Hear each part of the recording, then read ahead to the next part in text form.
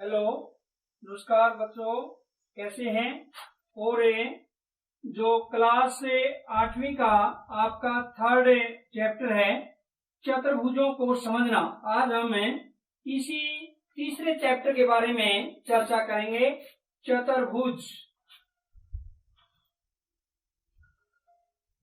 चतुर्भुजों को समझना यानी चतुर्भुजों के बारे में हम विस्तार से चर्चा करेंगे। आज चतुर्भुजों को समझना।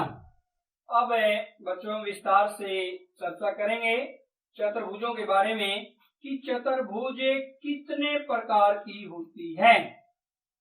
चतुर्भुज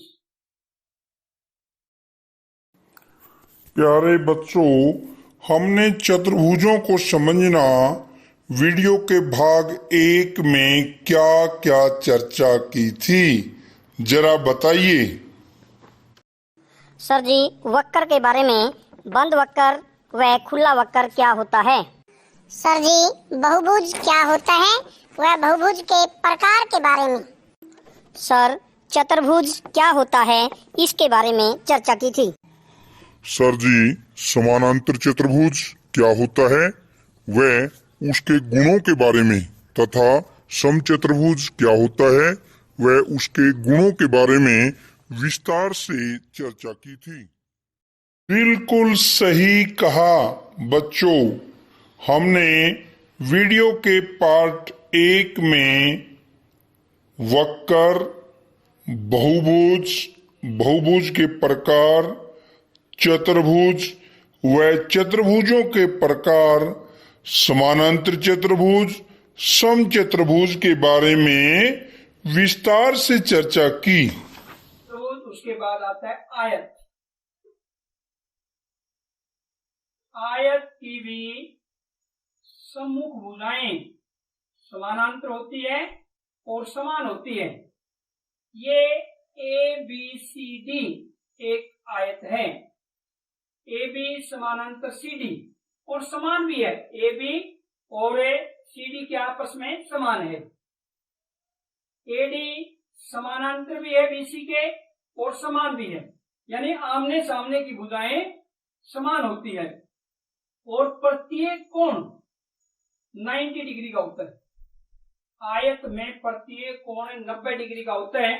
और यदि हम इसके विकर्ण के बारे में चर्चा करें, जो ये AC है ये इसका एक विकर्ण है और ये BD एक विकर्ण ये है। विकर्ण AC व BD दोनों विकर्ण आपस में समान होते हैं आयत की और आपस में समद्विभाजित करते हैं। जैसे ये O बिंदु है, आपस में समद्विभाजित का अर्थ है OC बराबर AO और BO बराबर OB, यानी आयत के दोनों विकर्ण आपस में समान होते हैं, वह आपस में समद्विभाजित करते हैं। जैसे बच्चों आपको मैं आकृति दिखा रहा हूं, ये आयत है, इसकी देखिए बिल्कुल इसी प्रकार से आमने सामने की भुजाएं समान है, समानांतर है, प्रत्येक कोण 90 डिग्री का है और जो विकर्ण है वो बराबर है और समद्विभाजित करते हैं। उसके बाद आता है वर्ग। वर्ग क्या होता है? वर्ग की चारों भुजाएं समान होती है। जैसे मान लीजिए ये ABCD, ये एक वर्ग है। इसमें प्रत्येक कोण 90 डिग्री का होता है, 90 डिग्री, प्रत्येक कोण 90 डिग्री का होता है। AB बराबर BC बराबर CD बराबर DA, यानी चारों भुजाएं समान होती है। और जो इसका विकर्ण होता है बच्चों, विकर्ण AC व विकर्ण BD, विकर्ण AC व विकर्ण BD दोनों ही समान होते हैं, वह लंब समद्विभाजित करते हैं। यानी मान लीजिए O बिंदु पर ये समद्विभाजित करते हैं, आपस में इंटरसेक्ट कर रहे हैं, तो हम कह सकते हैं AO बराबर OC और BO बराबर है OD, यानी BO और OD बराबर है और AO और OC बराबर है। और इसके जो विकर्ण होते हैं वो आपस में लंब, लंब का अर्थ है परपेंडिकुलर बाइसेक्ट करते हैं, यहाँ पर ये 90 डिग्री का है, यहाँ पर भी ये भी 90 डिग्री का है, ये भी 90 डिग्री का, उर्ली साइड भी 90 डिग्री का है, यानी 90-90 डिग्री के कोण पर, यानी आपस में लंब समद्विभाजित करते हैं, उसे हम क्या कहते हैं, वर्ग। जैसे आपको मैं आकृति दिखा रहा हूं, ये वर्ग है, इसकी चारों भुजाएं समान है, चारों की चार भुजाएं बराबर है, प्रत्येक कोण 90 डिग्री का है, विकर्ण बराबर है, आपस में एक दूसरे को लंब समद्विभाजित करते हैं। समलंब,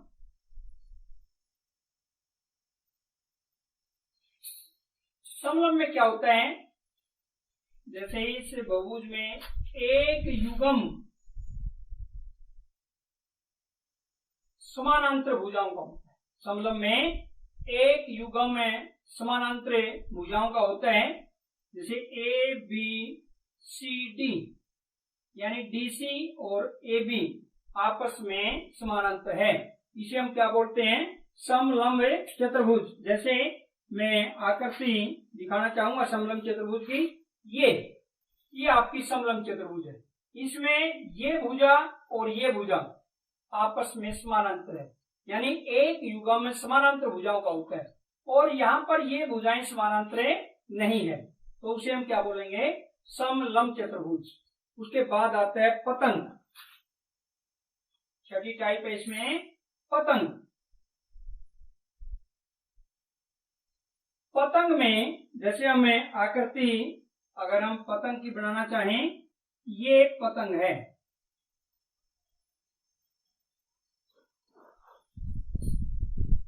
इसका अर्थ क्या हुआ, मान लीजिए A B C D, A B और ए डी दो भुजाएं आपस में समान है, या हम ये कह सकते हैं आसन भुजाएं, जो आसन भुजाएं होती है वो आपस में समान होती है, नीचे बीसी व सी डी ये भी आपस में समान है, और एक कोण बी बराबर कोण डी, ये कोण आपस में समान होते हैं, लेकिन ये कोण आपस में समान नहीं होते, कोण और सी।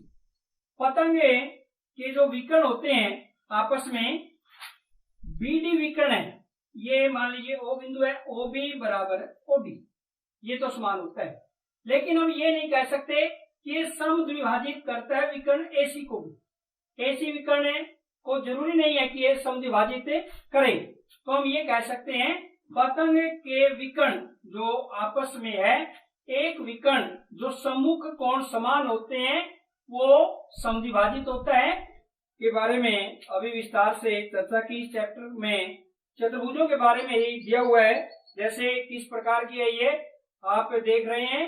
नंबर 1 ही की थी हमने स्टार्टिंग में, समानांतर चतुर्भुज, सभी गुण बता दिए थे। उसके बाद क्या था ये, अगर मैं इसको ऐसे थोड़ा सा ये कर देता हूं, क्या होगी ये, समचतुर्भुज, यानी चारों भुजाएं समान। और उसके बाद हमने चर्चा की थी आयत, ये आयत होता है, और उसके बाद हमने वर्ग के बारे में चर्चा की थी, ये वर्ग, और उसके बाद समलंब, ये समलंब, और उसके बाद लास्ट में हमने किया था पतंग, ये पतंग की आकृति आपके सामने है। अब बच्चों हमें चर्चा करेंगे कि चतुर्भुज के बारे में, हमने उसकी टाइप, बहुभुज कितने प्रकार की होती है उसके बारे में भी चर्चा की। अब इनके बहुभुजों के कोणों के बारे में और थोड़ा सा हम जान लेते हैं। जैसे कोई भी मान लीजिए आपने त्रिभुज की है पिछली कक्षा में, ये त्रिभुज, त्रिभुज के तीनों कोणों का योग कितना होता है, 180 डिग्री, या हम कह सकते हैं त्रिभुज के अंतः कोण जो होते हैं 180 डिग्री के होते हैं। जैसे ए बी सी, यानी कोण ए प्लस कोण बी प्लस कोण सी बराबर कितना हुआ, 180 डिग्री। ऐसे ही मान लीजिए चतुर्भुज लेते हैं, ये कोई भी चतुर्भुज है, इसमें दो त्रिभुजें बन गई, एक ये और एक ये, 180 डिग्री 180 डिग्री, यानी हम कह सकते हैं चतुर्भुज के कोणों का योग 360 डिग्री होता है और त्रिभुज के कोणों का योग कितना होता है 180 डिग्री। ऐसे ही अगर हम पंचभुज करें, पंचभुज के अंदर कितना हो जाता है, जैसे ये मान लीजिए ये पंचभुज बना लेते हैं, ये पंचभुज बन गई। और यहां पर यदि हम देखते हैं ऐसे कितनी त्रिभुज बन गई 1 2 3 और यहां पर इसके कोणों का योग होगा 540 डिग्री, 180 180 और 180 डिग्री। अब इसमें क्या है, एक फॉर्मूला निकल आता है, यहां से एक सूत्र बन जाता है कि बहुभुज के कोणों का योग, बहुभुज के अंत्य कोणों का योग, यानी हम ये कह सकते हैं n-2 गुणा में 180 डिग्री। जैसे त्रिभुज है, अब अगर हम सूत्र से निकालना चाहें बहुभुज के कोणों का योग, n क्या है, भुजाओं की संख्या। जैसे त्रिभुज है, n की जगह 3 रखें, 3 - 2 गुणा 180, 180 डिग्री। चतुर्भुज का निकालना है 4 - 2, 2 गुणा 180, 360 डिग्री।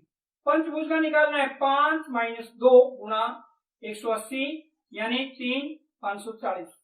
यानी इस प्रकार किसी भी बहुभुज के कोणों का योग निकाल सकते हैं, अंत्य कोणों का योग। षटभुज हो सकती है, सप्तभुज हो सकती है, कितनी बहुभुज हो, n की जगह भुजाओं की संख्या रखी। किसी भी बहुभुज का बाह्य कोण जब हम निकालते हैं 360/n, n क्या है, भुजाओं की संख्या।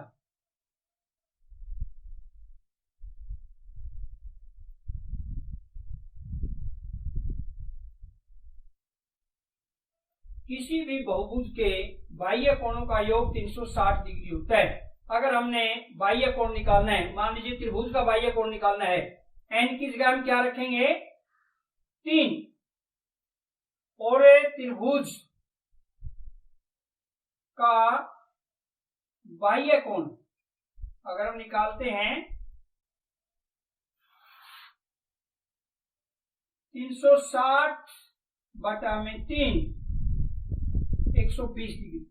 ये समबाहु त्रिभुज, समबाहुभुज के बारे में हम चर्चा कर रहे हैं। बच्चों, इस पर आधारित अब हम कुछ प्रश्न करते हैं। आपने प्रयास करना है उन प्रश्नों के ऑप्शन बताने हैं। क्वेश्चन नंबर 1, बहुभुज में भुजाओं की संख्या नहीं हो सकती। Option first 6, second 5, third option 3 और फोर्थ ऑप्शन 2। आप विचार कीजिए। प्रश्न नंबर 2, कौन सा बहुभुज का प्रकार नहीं है। ऑप्शन फर्स्ट उत्तल, सेकंड ऑप्शन अवतल, थर्ड ऑप्शन वृत्त और फोर्थ ऑप्शन समबहुभुज। प्रश्न नंबर 3, किस बहुभुज के विकर्ण लंब समद्विभाजित करते हैं। ऑप्शन फर्स्ट समांतर, सेकंड ऑप्शन आयत, थर्ड ऑप्शन समलंब और फोर्थ ऑप्शन समचतुर्भुज। प्रश्न नंबर 4, किसी बहुभुज के बाह्य कोणों का माप हमेशा होता है। Option first 180 degree, second option 540 degree, third option 360 degree और फोर्थ ऑप्शन 90 डिग्री। प्रश्न नंबर 5, बच्चों इसमें आपने कारण बताना है। जैसे निम्नलिखित में सत्य असत्य बताइए और इसका आपने कारण बताना है कि सत्य है तो क्यों है और असत्य है तो क्यों है। ऑप्शन फर्स्ट, क्या समानांतर चतुर्भुज को आयत कह सकते हैं। सेकंड ऑप्शन, क्या आयत को समानांतर चतुर्भुज कह सकते हैं। थर्ड ऑप्शन, क्या समचतुर्भुज वर्ग होता है। फोर्थ ऑप्शन, क्या वर्ग आयत होता है।